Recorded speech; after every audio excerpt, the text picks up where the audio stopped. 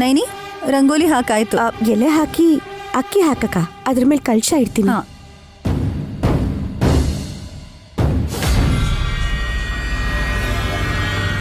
ತಾಳ್ಮೆ ಇರ್ಲಿ ಮಾತೆಯರೇ, ಯಮಪಾಶವನ್ನ ಇಡೋವರೆಗೂ ಸ್ವಲ್ಪ ತಾಳ್ಮೆಯಿಂದ ಇರಿ.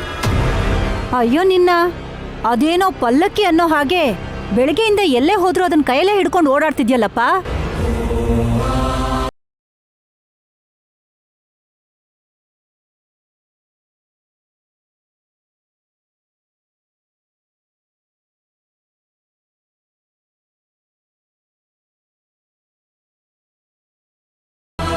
ಮನುಷ್ಯರು ಎತ್ಕೊಳಕ್ಕಾಗಲ್ಲ ಮಾತೆ.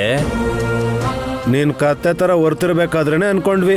ನಾನು ಎಮ್ಮೆ ಅಲ್ಲ ಪುತ್ರ, ನಂದಿ. ಓಡ್ಸೋಣ ಅಂತ ಅನ್ಕೊಂಡೆ, ಆದ್ರೆ ಯಾಕೋ ಮನ್ಸು ಒಪ್ಲಿಲ್ಲ. ಹಸು ಮಾತ್ರ ಅಲ್ಲ ವಿಶಾಲ್, ಮನೇಲಿ ಹಂದಿ ಕೂಡ ಇದೆ. ನಾನಲ್ಲ ನೀನೇ ಅಂತ ಯಾರು ಹೇಳಿದ್ದು ಬ್ರೋ? ನನ್ ಗಂಡಂಗ್ ಅವಸರ ಜಾಸ್ತಿ ಬಿಡಿ. ಅಲ್ಲ, ಮಡಕೆ ಯಾಕೆ ತಗೊಂಡ್ ಬಂದ್ರಿ? ಅಡ್ಗೆ ಮಾಡ್ಬೇಕು ಅಂತ ಕಡೆ. ಒಲೆ ಉರಿಲಿ, ಅಡ್ಗೆ ಮಾಡೋಣ. ಮಡಿಕೆಲ್ ಅಡ್ಗೆ ಮಾಡುವಂತ ಗತಿ ಬಂದ್ಬಿಡ್ತಾ ನಿಮ್ಗೆ ಚಿಕ್ಕಪ್ಪ? ಚಿಕ್ಕಪ್ಪ ತಮಾಷೆಗಂದ್ರೆ ನೀನ್ ಅದನ್ನೇ ಸಾಧಿಸ್ತಾ ಇದೆಯಲ್ಲ ಸುಮನ. ಇದ್ರಲ್ಲಿ ನಮಗ್ ಸಹಾಯ ಮಾಡ್ಬೋದಲ್ವಾ? ಇಲ್ಲಿ ಕೊಡಿ ಚಿಕ್ಕಪ್ಪ. ತಗೊಳಮ್ಮ. ಶವ ಪೂಜೆ ನಾನ್ ಯಾಕೆ ಮಾಡ್ಬೇಕು? ಬೇಡ ಸುಮನ, ಬಾಯಿಗೆ ಬಂದಾಗ ಮಾತಾಡಿದ್ರೆ ಕಣ್ಣು ಹೋಗುತ್ತೆ. ಮಾಕಾಳಮ್ಮನ ಪೂಜೆ ಶಿವ ಪೂಜೆಗೆ ಸಮಾನ.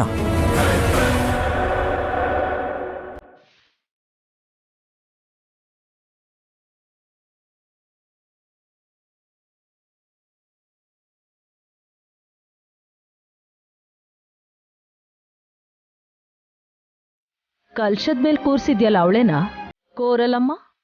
ಹೌದು ಅತ್ತೆ. ಬೆಂಕಿ ಗೊತ್ತಿತ್ತಾಗುತ್ತೋ ಗೊತ್ತಿಲ್ದೆ ತಾಗುತ್ತೋ ಹತ್ಕೊಂಡು ಉರಿದೇ ಇರಲ್ಲ.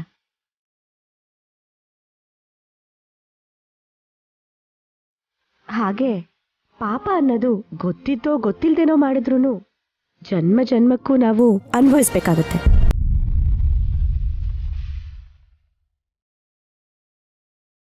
ನರಕಯಾತನೆ ಅನುಭವಿಸೋ ಪರಿಸ್ಥಿತಿ ಬರಬಾರ್ದು ಅಂತ ಚಿತ್ರಗುಪ್ತನ ತಂಗಿ ಆಗಿರೋ ಕೋರಲಮ್ಮನ್ನ ಮಾರ್ಗಶಿರ ಪೌರ್ಣಮಿ ದಿನ ನಾವು ಖುಷಿ ಪಡಿಸಿದ್ರೆ ಆ ತಾಯಿ ದಯೆ ತೋರಿಸ್ತಾಳಂತೆ.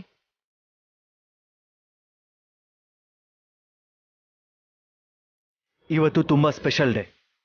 ದತ್ತಾತ್ರೇಯ ಸ್ವಾಮಿಗಳ ಜಯಂತಿ ಆಚರಿಸ್ತಾರೆ. ಬೈ ದ ವೇ, ಆರಿದ್ರ ದರ್ಶನ ಅಂತ ಪಕ್ಕದ ರಾಜ್ಯದಲ್ಲಿ ಹಬ್ಬ ಆಚರಿಸ್ತಾರೆ. ಲಲಿತಾದೇವಿ ಜಯಂತಿ ಕೂಡ ಇವತ್ತೇ ಮಾತೆ.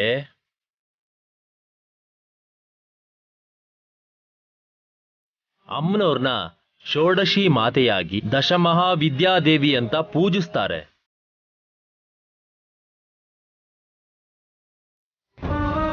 ಇವತ್ತೇ ಅನ್ನಪೂರ್ಣ ಜಯಂತಿ. ಅಮ್ಮನವ್ರನ್ನ ಅನ್ನಪೂರ್ಣ ದೇವಿ ಅನ್ಕೊಂಡು ಪೂಜಿಸಿ ಮಾರ್ಗಶಿರ ಪೌರ್ಣಿಮೆ ಭಾಗ್ಯ ಅಂತ ಸಂತೋಷ ಪಡ್ತಾರೆ. ಬೇರೆ ವಿಷಯ ಹೇಳ್ತಾ ಇದ್ದೀರಾ, ಆದ್ರೆ ಅಪಮೃತ್ಯು ಇರೋದು ಯಾರ್ಗೆ ಅನ್ನೋದೇ ಹೇಳ್ತಿಲ್ವಲ್ಲ? ಆ ಥರ ಭಯ ಬರಬಾರ್ದು ಅಂತಾನೆ ಬೇಡ್ಕೋಬೇಕು ಸುಮನ. ಬೇಡ್ಕೊಂಡ್ರೆ ಸಾಕಾಗಲ್ಲ ನೈನಿ, ಫಲ ಸಿಕ್ಬೇಕು. ಖಂಡಿತ ಸಿಗುತ್ತೆ ಮಾತೆ. ನೀವು ಮಾಕಾಳಮ್ಮನಿಗೆ ಆರತಿ ಕೊಡ್ತಿದ್ದ ಹಾಗೆ ನಿಮಗೆ ಅರ್ಥ ಆಗುತ್ತೆ.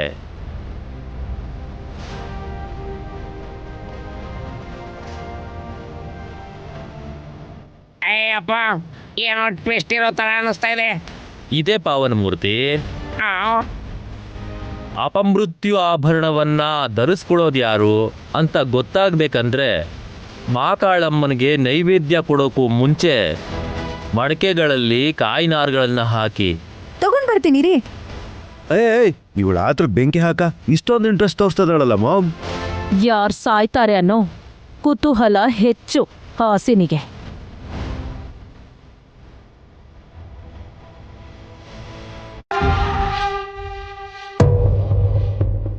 ನಂದೀಶ, ಅಪಮೃತ್ಯುಗೆ ಆಭರಣ ಅಂತ ಹೊಲ್ಸೋ ಪಾಶಾನ ಧರಿಸೋ ಸಾಹಸ ಯಾರು ಮಾಡ್ತಾರೆ?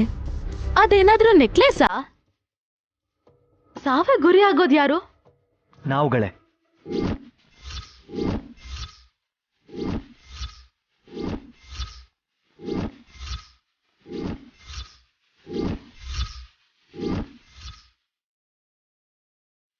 ಏನಂತ ಇದ್ಯಾ ವಿಶಾಲು? ಎಷ್ಟೇ ಆರೋಗ್ಯವಾಗಿದ್ದು ಆಯಸ್ಸು ಜಾಸ್ತಿ ಇದ್ರೂ ಅಷ್ಟೇ. ಮೃತ್ಯು ನಮ್ಮ ಬೆನ್ನ ಹಿಂದೆನೇ ಇದ್ದಾಗ ನಮಗೆ ಸಾವು ಹೇಗೆ ಬರುತ್ತೆ ಅಂತ ಹೇಳೋದಕ್ಕಾಗಲ್ಲ. ನೀವು ಸತ್ಯ ಹೇಳಿದ್ರಿ ವಿಶಾಲ್ ಅವರೇ. ಆದರೆ ಈ ಮಾಕಾಳಿ ಹುಣ್ಣಿಮೆ ಪೂಜೆ ದಿವಸ ಅಪಮೃತ್ಯು ಯಾರಿಗೆ ಅನ್ನೋದು ನಿರ್ಧಾರ ಆಗತ್ತೆ.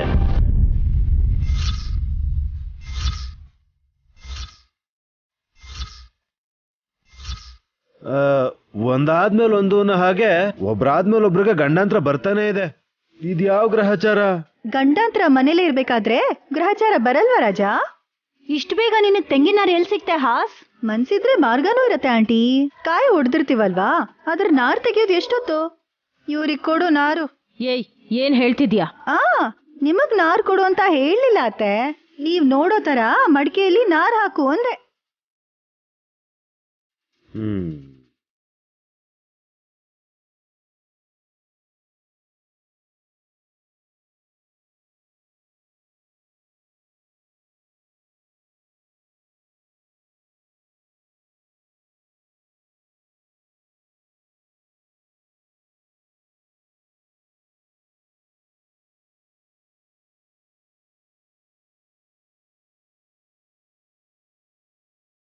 ಬೇರೆ ದೇವರಾಗಿದ್ರೆ ವರ ಕೊಡ್ತಾರೆ ಅನ್ಕೋಬೋದಿತ್ತು. ಮಕ್ಕಳಮ್ಮನ ತಾಯಿ ಮುಖ ನೋಡ್ತಾ ಇದ್ರೆ ಭಯ ಆಗ್ತಾ ಇದೆ, ಯಾರಿಗೇನ್ ಮಾಡ್ತಾರೋ ಅಂತ.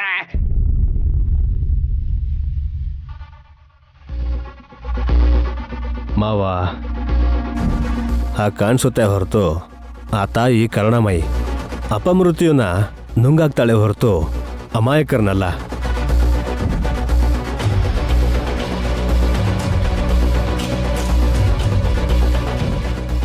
ಯಾರು ನುಂಗಾಕುತ್ತೆ ಅಂತ ಇನ್ ಸ್ವಲ್ಪ ಹೊತ್ತರಲ್ಲೇ ಗೊತ್ತಾಗುತ್ತೆ ಅಂದ್ರಲ್ಲ, ನೋಡೋಣ.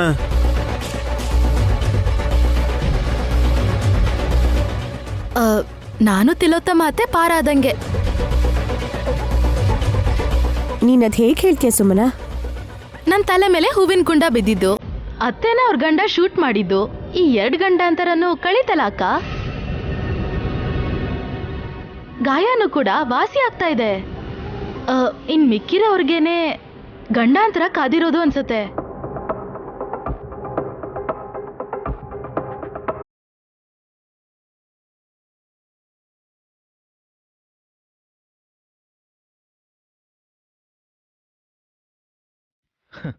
ಅದು ಒಂದ್ಸಲ ಬಾಗಿಲು ತಟ್ಟಿದ್ರೆ ಪ್ರಾಣನ ತಗೊಂಡು ಹೋಗೋವರೆಗೂ ವಾಪಸ್ ಹೋಗೋದೇ ಇಲ್ಲ. ಮೊದಲು ಆರತಿ ಮಾಡಿ. ಒಬ್ಬೊಬ್ರು ಒಂದೊಂದು ರೀತಿ ಹೇಳಿ ಇನ್ನು ಭಯಪಡಿಸ್ತಾ ಇದ್ದೀರಾ.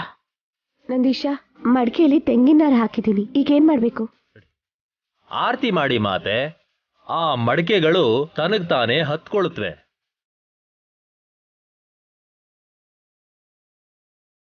ಅಂದ್ರೆ ಹತ್ಕೊಂಡ್ಬಿಡತ್ತೆ ಅಂತ. ಬೆಂಕಿನ? ಹೌದು, ನಿಮಗ್ ಹಚ್ಲಾ? ಬೆಂಕಿ ಹೇಗ್ ಹತ್ಕೊಳ್ಳುತ್ತೆ?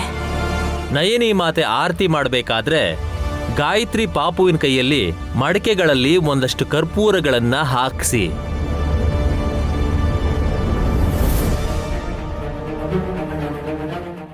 ಅವಳೇ ಯಾಕೆ ಹಾಕ್ಬೇಕು? ದೋಷ ತುಂಬಿರುವಂತ ಜಾತಕ ಅಲ್ವಾ? ಗಾಯತ್ರಿ ಕೈಯಲ್ಲಿ ಮಡಿಕೆಯಲ್ಲಿ ಅಗ್ನಿನ ಆಹ್ವಾನ ಮಾಡಿಸ್ಬೇಕು ಮಾತೆ.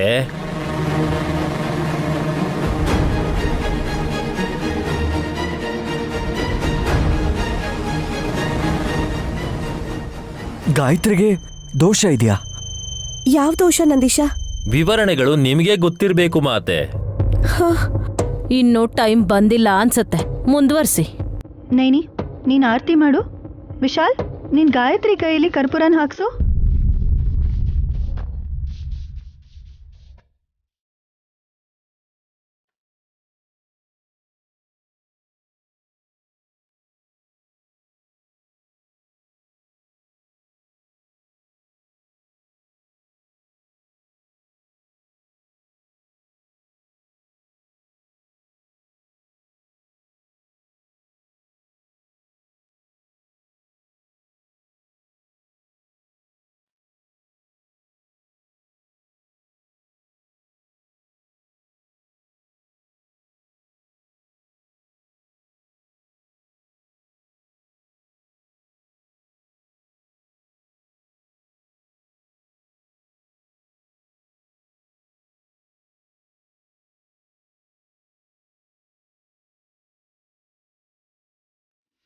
ಮಕ್ಕಳಮ್ಮ ತಾಯಿ, ಯಮನ್ ಪಾಶಕ್ಕೆ ಯಾರು ಸಿಕ್ಕಾಕೊಳ್ದಿರೋ ಥರ ನೋಡ್ಕೊಳಮ್ಮ. ಏನಾದರೂ ಅಪಾಯ ಬರೋ ಥರ ಇದ್ರೆ ನನಗೆ ಸೂಚನೆ ಕೊಡು. ಸೂಚನೆ ಕೊಡಮ್ಮ, ಸೂಚನೆ ಕೊಡು. ದೊಡ್ಡ ಸೊಸೆ ಗೊತ್ತಾದ್ರೆ ಸಾಕು, ನಮ್ಮನ್ನ ಹೇಗೋ ಕಾಪಾಡ್ಬಿಡ್ತಾಳೆ.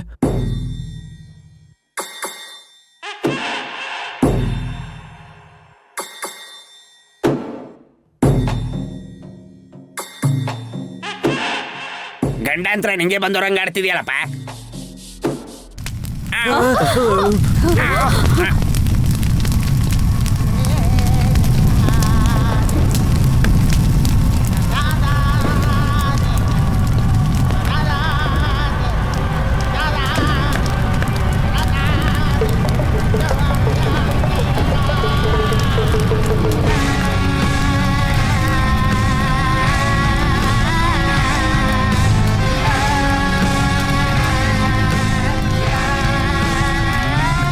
ಅಂಬಾ ಶಿವಶಂಭೋ. ಯಾರು ಬೆಂಕಿನೇ ಹಚ್ಚಲಿಲ್ಲ. ಈ ಬೆಂಕಿ ಹೇಗತ್ ಗೊತ್ತಿಲ್ಲ. ಹೇಳಿದ್ದೆ ಅಲ್ವಾ ವಿಕ್ರಾಂತ್, ಅಗ್ನಿ ಜ್ವಲಿಸುತ್ತೆ ಅಂತ.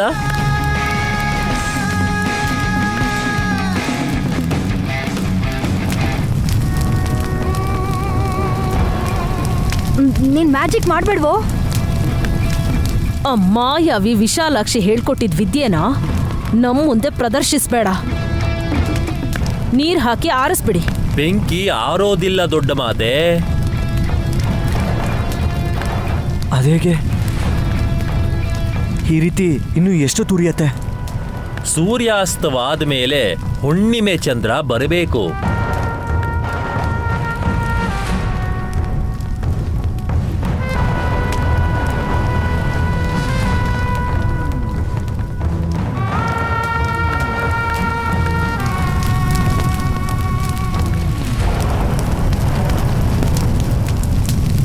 ಅಲ್ಲಿವರೆಗೂ ಉರಿತಾನೇ ಇರುತ್ತೆ ಮಾತೆ.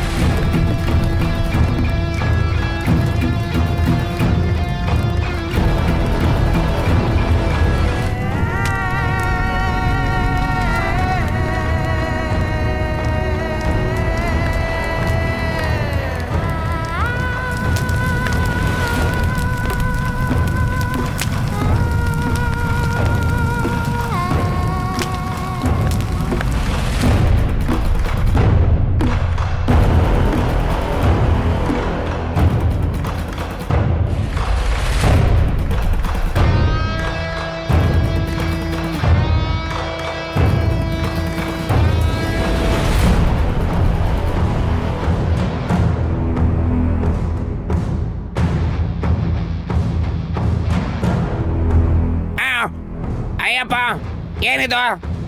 ಹಗ್ಗದ ಹವ ಮೇಲೆ ಹೋಗ್ತಾ ಇದೆ.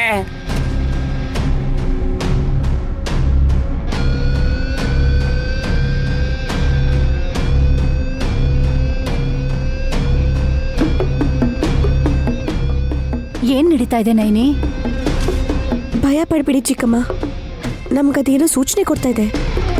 ಯಮಪಾಶ ಎಲ್ಲಿಗೆ ಹೋಗಿ ನಿಲ್ಲುತ್ತೋ ಅಲ್ಲಿ ಹೋಗಿ ನೋಡಿದ್ರೆ ಎಲ್ಲರಿಗೂ ಗೊತ್ತಾಗತ್ತೆ. ಯಾವ್ದು ಹಗ್ಗ, ಯಾವ್ದು ಹಾವು, ಯಾವ್ದು ನೆರಳೋ ಗೊತ್ತಾಗ್ತಾ ಇಲ್ಲ. ನಮಗ್ ಸುತ್ಕೊಂಡ್ರೆ ಹೆದರ್ಬೇಕು ಕಣೋ. ಗಂಡಾಂತರ ಯಾರಿಗಿದೆ ಅನ್ನೋದು ಅದ್ ನಿಂತ್ಕೊಳ್ಳೋ ಜಾಗದಲ್ಲಿ ಗೊತ್ತಾಗುತ್ತೆ. ನೋಡೋಣ ಇರಿ ಎಲ್ಲಿವರೆಗೂ ಹೋಗುತ್ತೆ ಅಂತ. ಅದ ಮೇಲೆ ಹೋಗ್ತಿರೋದು. ಮೇಲೆ ಯಾರಿದ್ದಾರೆ? ಉಲೂಚಿ, ಬದ್ರಿನಾಥ, ಗಾನವಿ ಇದ್ದಾರೆ. ನಡೀರಿ.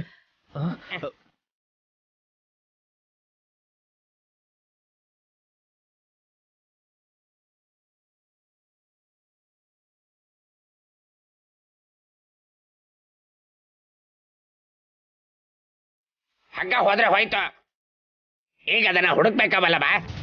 ಭಯ ಪಡ್ಬೇಡಿ ಮಾವ. ಸುಮ್ನೆ ಇರಪ್ಪ ನೀನು. ಸಂಸಾರದ ಬಾಧೆ ಇಲ್ಲ, ಆದ್ರೆ ನಂಗೆ ಹಂಗಿಲ್ವಲ್ಲ. ಮನ್ಸಲ್ಲಿರೋ ಗುಟ್ಟನ್ನ ಮುಚ್ಚಿಟ್ಕೊಳಕ್ ಬರಲ್ವಾ? ನಾನು ಇವಾಗ ಏನು ಹೇಳಿಲ್ವಲ್ಲೇ. ಹೇಳ್ಬೇಕು ಅಂತ ಅನ್ಕೊಂಡ್ಬಿಟ್ಟಿದ್ದೀರಾ ಚಿಕ್ಕಪ್ಪ?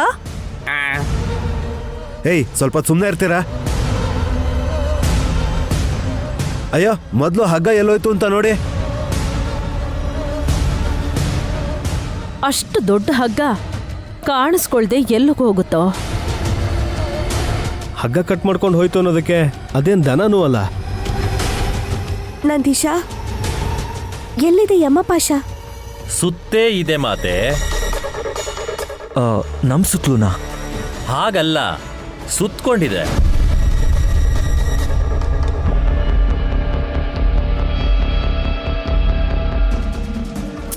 ಅರ್ಥ ಆಗೋ ಹಾಗೆ ಹೇಳ್ತೀಯೋ ಇಲ್ವೋ?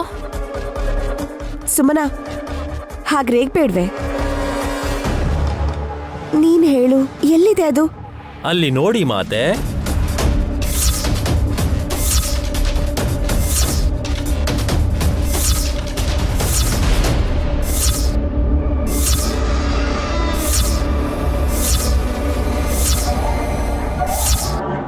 ಯಾರೋ ತಂದು ಇಲ್ಲಿಟ್ಟಿರೋ ಹಾಗಿದೆ.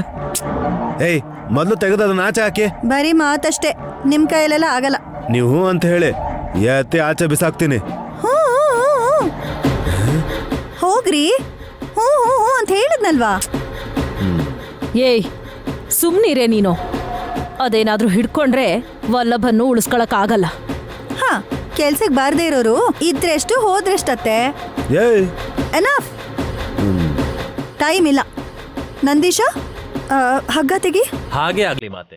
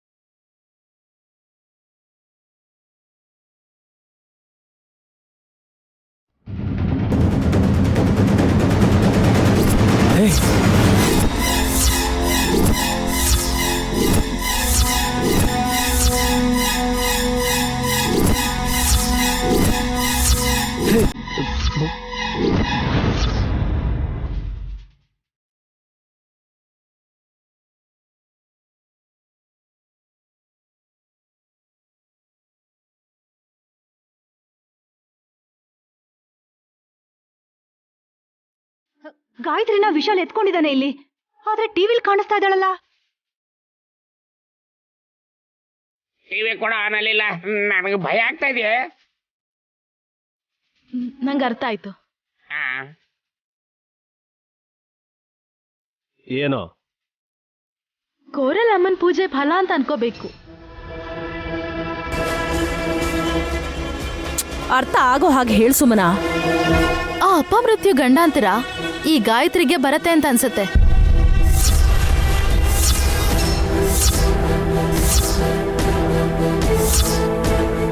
ಹಾಗಾಗಲ್ಲ. ನೀನ್ ಅನ್ಕೊಂಡ್ರೆ ಸಾಲದು ವಿಶಾಲ್, ಅಲ್ಲಿ ಕಾಣಿಸ್ತಿದ್ಯಲ್ಲ. ಗಾಯತ್ರಿ ಪುಟ್ಟಿನ್ ಮಾತ್ರ ನೋಡಿದ್ರಿ ನೀವು, ಆದ್ರೆ ಅವಳ ಜೊತೆ ಇನ್ನೊಬ್ರು ಯಾರೋ ಇದ್ದಾರೆ, ಸ್ಪಷ್ಟವಾಗಿ ಗೊತ್ತಾಗ್ತಿಲ್ಲ. ಹೌದು ಮಾತೆ, ಅವ್ರು ಯಾರು ಅಂತ ತಿಳ್ಕೊಳ್ಳದೆ ಹೋದ್ರೆ ವಿಷಯ ನಿಮ್ಗೆ ಅರ್ಥ ಆಗೋದೇ ಇಲ್ಲ. ಇನ್ಯಾರಿದ್ದಾರೆ? ಗಂಡಾಂತರ ಈ ಸಲ ಒಬ್ರಿಗೆ ಮಾತ್ರ ಬರ್ದೇನೆ 1+1 ಆಫರ್ ಹಾಗೆ ಇನ್ನೊಬ್ರು ಕೂಡ ಬರುತ್ತಾ? ನಮ್ಮ ಅಕ್ಕನ್ ಮಾತ್ ಕೇಳಿದ್ರೆ ಅದೇ ಅರ್ಥ ಬರತ್ತೆ ಬಾವಾ. ಅವ್ರು ಯಾರು ಅಂತ ನಾನ್ ತಿಳ್ಕೋಬೇಕು. ಆದ್ರೆ ಹೇಗ್ ನೈನಿ? ಹುಣ್ಣಿಮೆ ಪೂಜೆ ಅಂತ ನಮಗೆಲ್ಲ ಹೇಳಿದ ನಂದೀಶನೇ ಕರೆಕ್ಟಾಗಿ ಹೇಳಬೇಕು. 6 ಮಡಿಕೆಯಲ್ಲಿರೋ ಅಗ್ನಿ ಜ್ವಾಲೆ ಪೂರ್ತಿಯಾಗಿ ಆರೋವರೆಗೂ ಸ್ಪಷ್ಟವಾಗಿ ಯಾರು ಅನ್ನೋದು ಗೊತ್ತಾಗೋದಿಲ್ಲ ವಿಕ್ರಾಂತ್. ಆ ಬೆಂಕಿ ಆರೋದಿಲ್ಲ ಅಂದ್ಯಲ್ಲ? ಆರಿಸ್ಬೇಕು. ನೀರ್ ತಂದ್ ಸುರಿದ್ರೆ? ಹಾಗ ಮಾಡಬಾರದು, ಕೈಗಳನ್ನು ಬಳಸಬಾರದು.